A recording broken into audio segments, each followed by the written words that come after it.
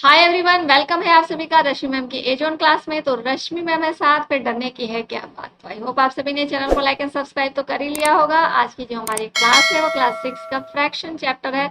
आज हम लोग प्रॉपर और इम्प्रॉपर और मिक्स्ड फ्रैक्शन पढ़ने वाले हैं। तो जल्दी से रेडी हो जाइए, अपनी कॉपी और पेन को लेकर जो भी इंपॉर्टेंट पॉइंट्स मिलते हैं उन्हें आप नोट करते जाइए, और जो भी क्वेश्चंस करवाती हूँ मैं आप उसे केयरफुली सॉल्व करिए। ठीक है, तो चलिए स्टार्ट करते हैं हमारी आज। What is proper, improper and mixed fraction. तो इनमें हम सबसे पहले पढ़ेंगे proper fraction. What is proper fraction.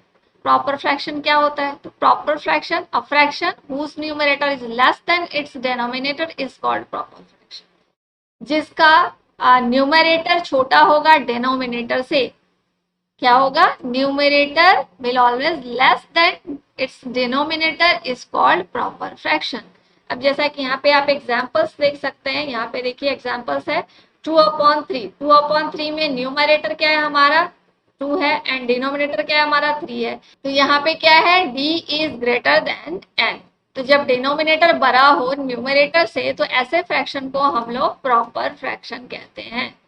Proper fraction कहते हैं। आप इसको एक पॉइंट बनाकर इस तरह से लिख सकते हैं प्रॉपर फ्रैक्शन के नीचे d is greater then n, denominator is greater then n।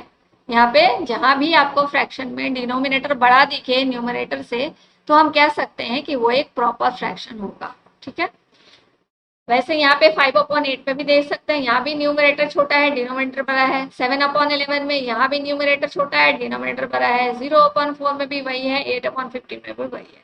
तो इन सारे फ्रैक्शन को हम लोग प्रॉपर फ्रैक्शन कह सकते हैं। अब यहाँ पे एक नोट है, each proper fraction is less then 1। जितने भी प्रॉपर फ्रैक्शंस होते हैं वो लेस देन 1 होते हैं, 1 से छोटा होगा, 0 पॉइंट समथिंग में जाएगा। जब भी आप उसको डेसिमल में चेंज करने जाओगे तो हमेशा 0 पॉइंट समथिंग यानी कि 1 से छोटा होगा। इस पॉइंट्स को भी आप याद कर लीजिए कि जो भी प्रॉपर फ्रैक्शन होते हैं वो ऑलवेज लेस देन 1 होते हैं। ठीक है, this is most important point.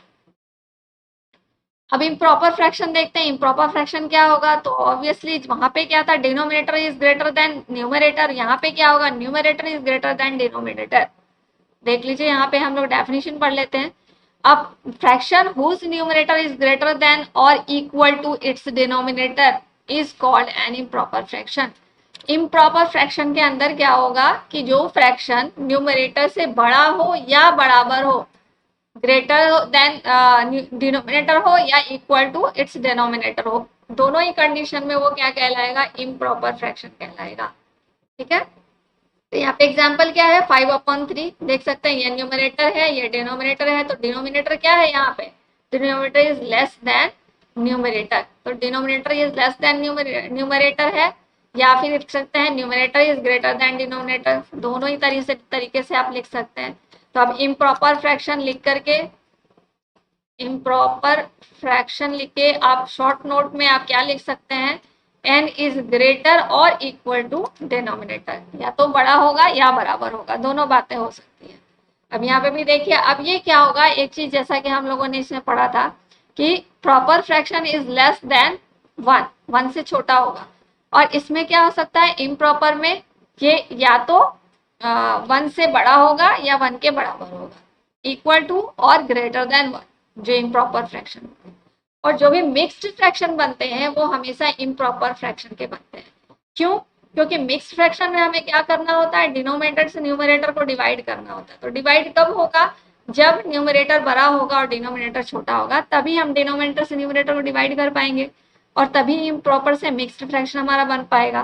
तो इसीलिए मिक्स्ड फ्रैक्शन किसका बनता है? हमेशा इम्प्रॉपर फ्रैक्शन का ही मिक्स्ड फ्रैक्शन बनता है। ठीक है, आगे हम लोग इसको देखेंगे भी डिटेल में।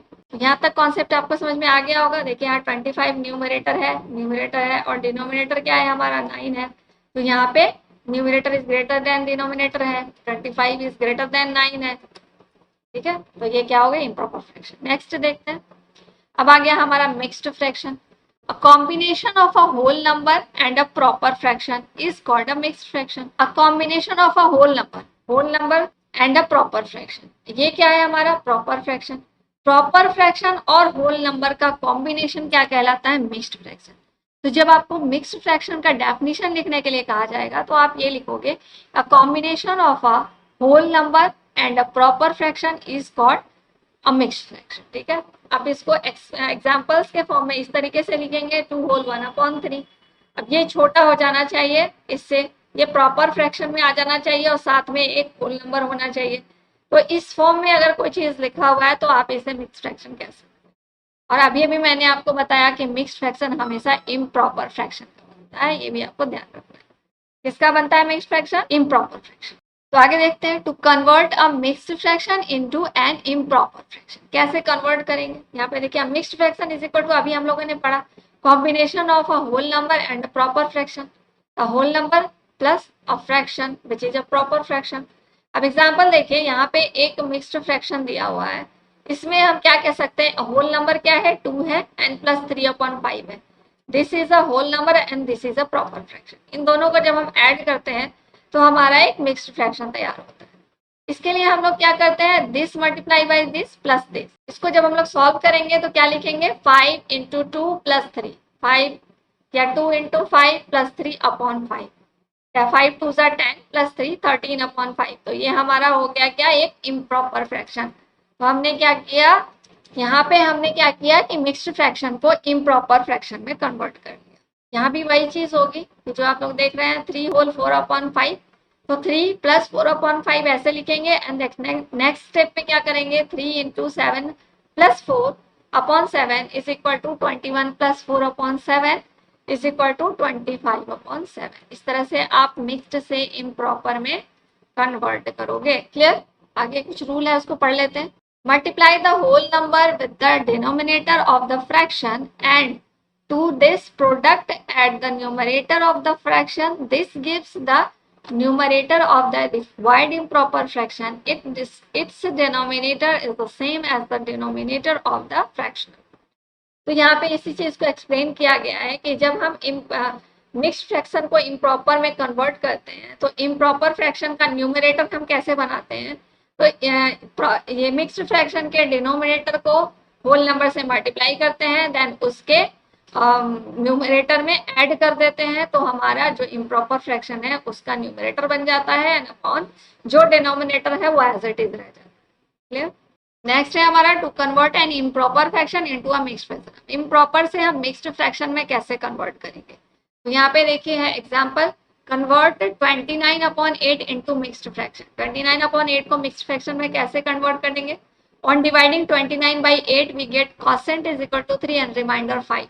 यहाँ पे हमने क्या किया कि डिनोमिनेटर से न्यूमरेटर को डिवाइड करेंगे। जब डिवाइड करेंगे तो हमारा कोसेंट क्या आ गया? हमारा 3 आ गया कोसेंट, एंड यहाँ पे रिमाइंडर हमारा 5 आ गया। ठीक है, रिमाइंडर 5 आ गया एंड कोसेंट 3 आ गया।